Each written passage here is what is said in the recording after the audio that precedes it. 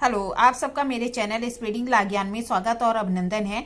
मैं आज आपको आईपीसी का एक इम्पॉर्टेंट प्रॉब्लम जो कि राजस्थान जुडिशरी 1994 में पूछा गया था पूछ रही। अगर आपको पता है तो इनबॉक्स में जाकर टाइप करिए और नहीं पता है तो मेरी पूरी वीडियो वॉच कर लीजिए। एक डंडा नायक के सामने गवाह के तौर पर पेश होता है। क्या कह रहा? एक डंडा नायक के सामने गवाह के रूप में पेश होता है।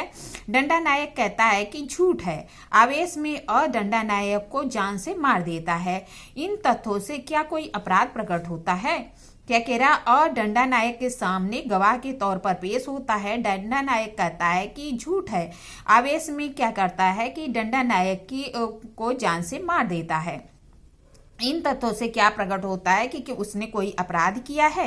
आइए देखिए प्रॉब्लम का सलूशन क्या कहता है। प्रस्तुत समस्या आईपीसी की धारा 300 के अपवाद 1 के दृष्टांत घ पर आधारित है। क्या कह रहा है? आईपीसी के जो धारा 300 है उसका अपवाद 1 है, उसकी जो दृष्टांत घ है उस पर आधारित है। धारा 300 हत्या के अपराध को परिभाषित करता है। क्या कह रहा है कि धारा 300 हत्या के अपराध को परिभाषित करता है। 300 में उपबंधित है कि आपराधिक मानववध कब हत्या नहीं है। मतलब जो 300 का अपवाद है उसमें 5 अपवाद ही दिए गए हैं। इसमें उपबंधित है कि कब आपराधिक मानववध हत्या नहीं है, जिसमें कि आपराधिक मानववध ही होता है। मतलब कह रहा है कि 300 में 5 अपवाद दिए गए हैं जिसमें कि आपराधिक मानववध हत्या नहीं होता, जब बल्कि आपराधिक मानववध ही होता है। अपवाद 1 कहता है कि आपराधिक मानववध कब हत्या नहीं है। कह रहा है कि गंभीर और अचानक प्रकोपन में आपराधिक मानववध हत्या नहीं है यदि अपराधी उस समय गंभीर और अचानक प्रकोपन में आत्मसंयम की शक्ति से वंचित हो जाता है। कह रहा है कि आपराधिक मानववध हत्या नहीं है तब जब अपराधी क्या होता है, गंभीर और अचानक प्रकोपन के साथ आत्म जो संयम की शक्ति है उससे वंचित हो जाता है। और क्या कर देता है, उस व्यक्ति की जिसने प्रकोपित किया था या किसी अन्य व्यक्ति की भूल या दुर्घटना से मृत्यु कारित कर देता है। कह रहा है कि जो आपराधिक मानववध है वह हत्या की कैटेगरी में नहीं आता जब अपराधी क्या होता है, उस समय जबकि वह कार्य किया जा रहा था वह गंभीर और अचानक प्रकोपन में से आत्मसंयम की शक्ति से वंचित हो जाता है और उस व्यक्ति की जिसने प्रकोपित किया था या किसी अन्य व्यक्ति की भूल या दुर्घटना से मृत्यु कारित कर देता है। परंतु इसके भी 3 अपवाद बताए गए कि परंतु इसके क्या क्या अपवाद हैं, तो इसके भी अपवाद हैं कि यह कि प्रकोपन किसी व्यक्ति को वध करने या अपहानि करने के लिए प्रतिहित के रूप में इप्सित न हो या स्वेच्छा प्रकोपित न किया गया हो। कह रहा है कि प्रकोपन लेकिन ऐसा नहीं होना चाहिए कि किसी व्यक्ति से बदला या विद्वेष की भावना से किया गया हो या स्वेच्छा से भी प्रकोपित न किया गया हो। दूसरा कह रहा, प्रकोपन किसी बात के द्वारा न दिया गया हो जो कि जिसके पालन में लोक सेवक द्वारा लोक ऑफिसर की शक्तियों का विधिपूर्वक प्रयोग करने में हो। अगर लोक ऑफिसर अपनी लोक शक्तियों का विधिपूर्वक प्रयोग कर रहा है तो इस बात से भी प्रकोपित नहीं होना चाहिए। मतलब कि कह रहा है कि अगर लोक सेवक किसी व्यक्ति को विधि के पालन में क्या करता है, गिरफ्तार करता है, तो ऐसे व्यक्ति को नहीं है कि वह उसकी मृत्यु कारित कर दे।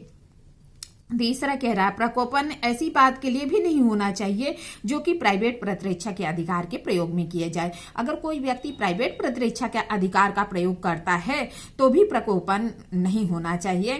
अर्थात अगर कोई व्यक्ति किसी व्यक्ति का नाक पकड़ने की कोशिश करता और दूसरा व्यक्ति क्या है, बच रहा है, बचाता है अपने को, तो इस बात के लिए भी नहीं है कि जो व्यक्ति ऐसा कर रहा है उसके वो क्या करे, उसकी मृत्यु कारित कर दे। ऐसा नहीं कर सकता है। तो पहला कह रहा है कि प्रकोपन किसी प्रतिहेतु बदले की भावना या फिर स्वेच्छा से नहीं होना चाहिए। दूसरा कहता है कि अगर लोक सेवक लोक कर्तव्यों का पालन कर रहे हैं तो उसकी कंडीशन में प्रकोपन नहीं होना चाहिए। फिर तीसरा कहता है अगर कोई व्यक्ति प्राइवेट प्रतिरक्षा के अधिकार का प्रयोग कर रहा है तो इस बात के लिए भी प्रकोपित नहीं होना चाहिए। फिर कह रहा है आपराधिक मानववध अपवाद 1 में आते हुए भी हत्या हो सकता है यदि वह यह तीनों परंतु के अंतर्गत आता है। कह रहा है आपराधिक मानववध हत्या की कैटेगरी में आएगा कब, जबकि ये तीनों जो अपवाद हैं, मतलब अपवाद के भी अपवाद हैं ये तीनों, तो कह रहा है कि इन कैटेगरी में आएगा तो वह व्यक्ति हत्या के लिए दोषी होगा।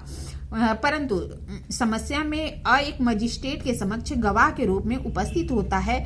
मजिस्ट्रेट कहता है कि वह झूठ है, इस पर वह मजिस्ट्रेट की आवेश में आकर जान से मार देता है।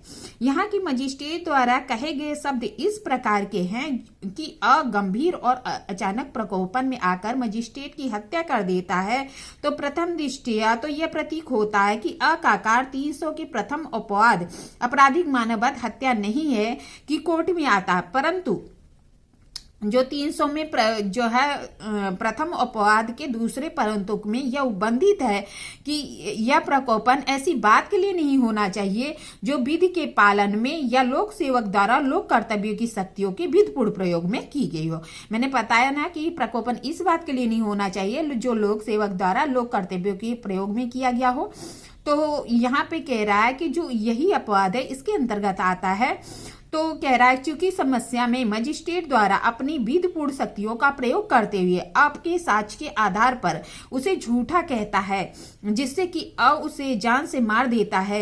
यद्यपि प्रकोपन में मजिस्ट्रेट को जान से मारता है, किंतु यह प्रकोपन विधिपूर्ण शक्तियों का प्रयोग करते हुए किया गया था।